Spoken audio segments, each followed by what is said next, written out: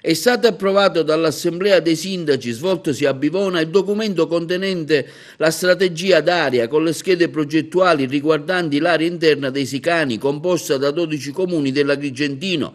Riceveranno risorse per oltre 32 milioni di euro per gestire in forma associata alcuni servizi fondamentali per i cittadini e per il territorio.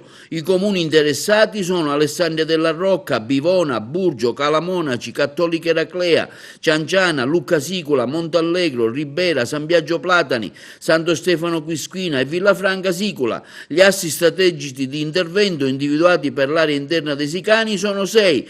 Il settore dell'istruzione, la salute, il turismo, l'impresa, l'occupazione. La strategia delle aree interne rappresenta un momento molto importante per le nostre comunità. C'è stato un lavoro sinergico dei 12 sindaci dell'area, voglio ricordare i comuni: Santo Stefano, Bivona, Alessandria, Cianciana, Lucca, Burgio, Villafranca, Calamonaci, Ribera, Cattolica Eraclea e Montallegro.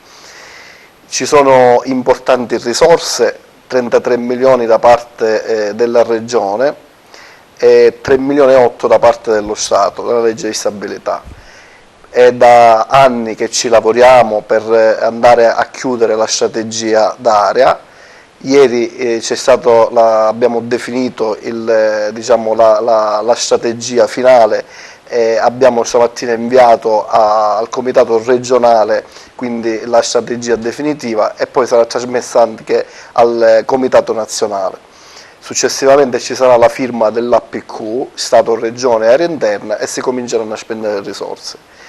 Le risorse sono state, i sindaci, abbiamo scelto di destinare risorse maggiormente a quella che è il settore che ci penalizza di più, che è la viabilità, e gli abbiamo destinato più di 13 milioni di euro, soprattutto sulla strada che va da Bivona a Borgo Bozzignore, quindi poi strade anche di collegamento tra Burgio, Lucca, Villafranca, anche da Cattolica, Montallegro e la Cianciana Ribera.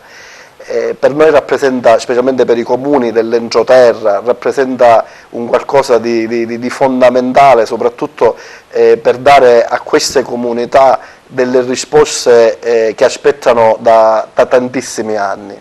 Purtroppo negli anni passati la politica regionale in quel territorio, la politica nazionale è stata assente.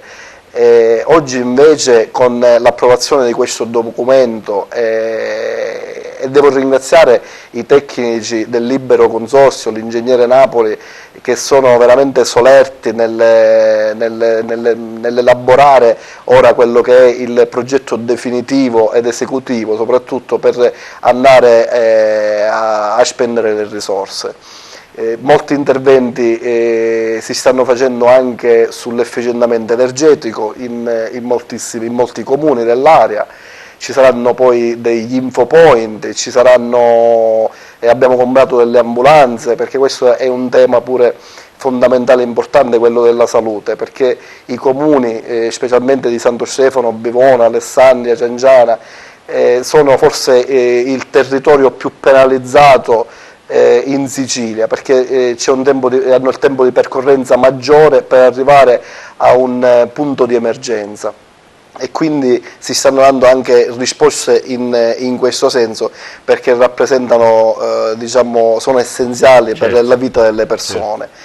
Interventi li stiamo facendo pure sulle scuole, sulla ristrutturazione di alcuni edifici scolastici. Molto importante un finanziamento che sarà su Bivona, sul Living Lab, sulle start-up d'impresa, che sarà collegato all'ITS che partirà a breve.